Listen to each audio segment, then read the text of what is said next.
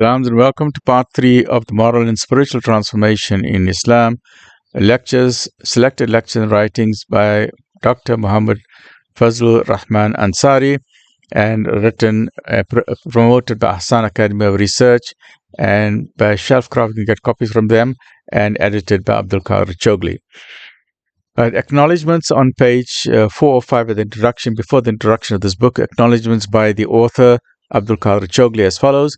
Mahdie Kriel has been pioneering contributions in transcribing, compiling and editing lectures and articles of Maulana Ansari. He deserves credit for his substantial interest and remarkable devotion to promoting the life and thought of Maulana Ansari through his publications. In more than one way. I'll try and figure out a way of how to hold these two together. I don't know how to do that. Let me just try and see if I can do that. I don't know if that will help. My hands are going to get tired, but let me just try like this. Okay.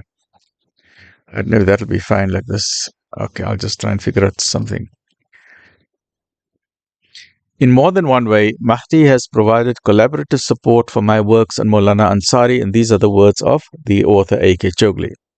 When I presented my ideas on this proposed work, he granted me permission and his du'as. The title of the book was suggested by Mahdie, which encompasses the versatile contributions of the distinguished scholar of the 20th century. It has always been 20 years since the first edition of Islam to the Modern Mind, edited by Yasin Muhammad, appeared in 1999.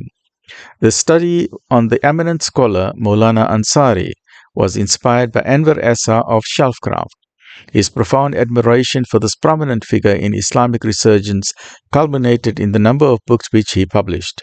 Several editions with a print run of 10,000 copies were distributed at no cost to individuals, academics, universities and organizations in many parts of the world.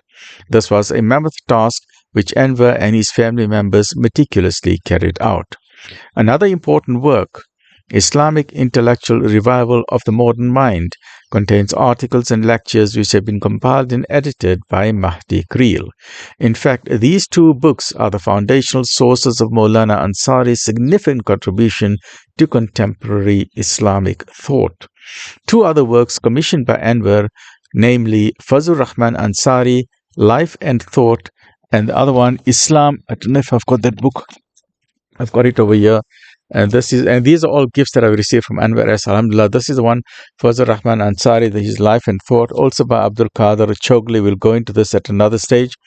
So two other works commissioned by Anwar, which is Fazlur Rahman Ansari, Life and Thought, and Islam and Introduction by Abdul Kader Choughley, are representative of Ansari's immense fame. The groundswell of interest in all these works can be gauged from the international interest to his Islamic contributions. South African Muslims have been honored in the first half of the 20th century by the presence of the spiritual luminary Maulana Abdul Alim Siddiqui Rah'ma'tul'laah. His message of moral and spiritual armament was anchored on his Tablighi vision. Maulana Siddiqui's lectures in 1934 and in 1952 were transcribed by Mahdie Kriel and edited by Yasin Muhammad. The roving ambassador of peace was widely acclaimed for its lucidity and concise presentation of this great scholar's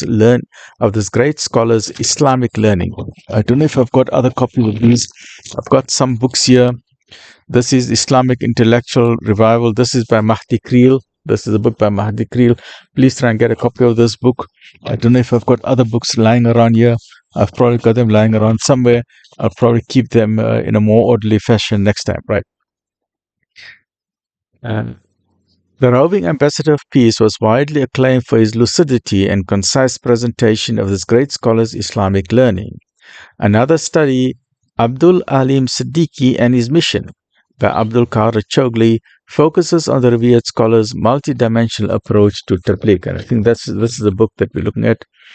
Yes, Abdul Alim Siddiqui and his mission, which is this book over here, which is again by Abdul Kader Choughley.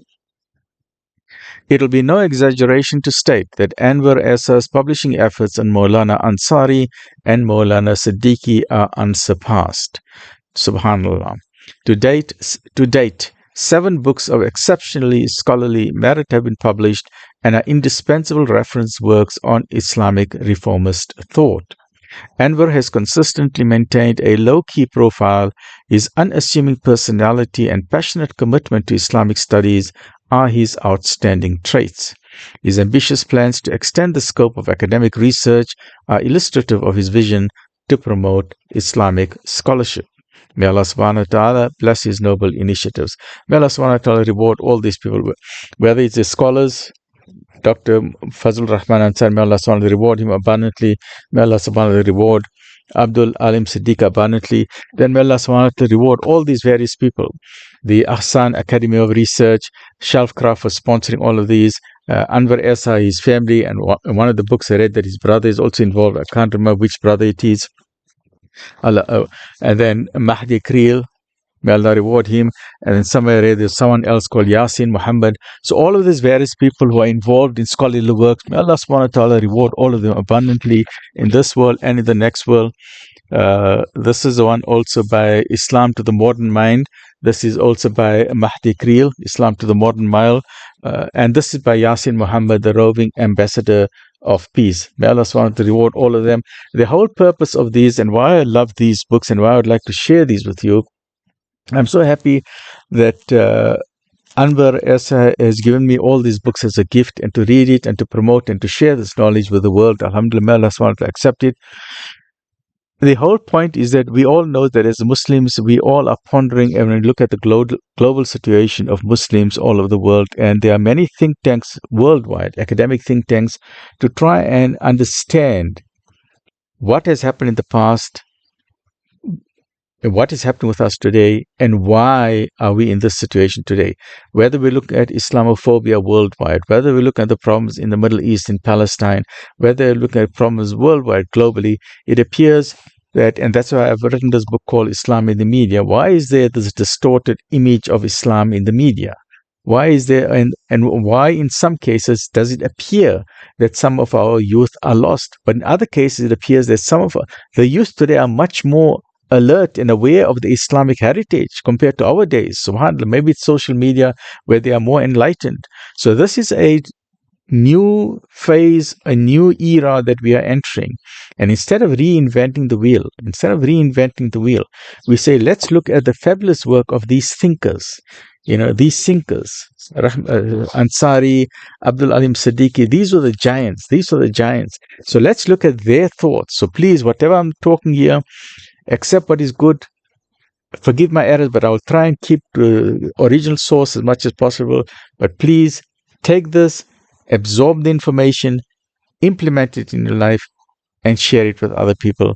And may Allah subhanahu wa ta'ala reward you with that, not only in this world, but in the akhirah as well. Because at the end of the day, we have what is known as the EFTA, an electronic financial transaction. That is how the world functions.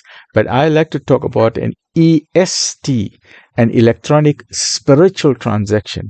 Try and do that small little deed, an electronic spiritual transaction, which will help you in the akhirah.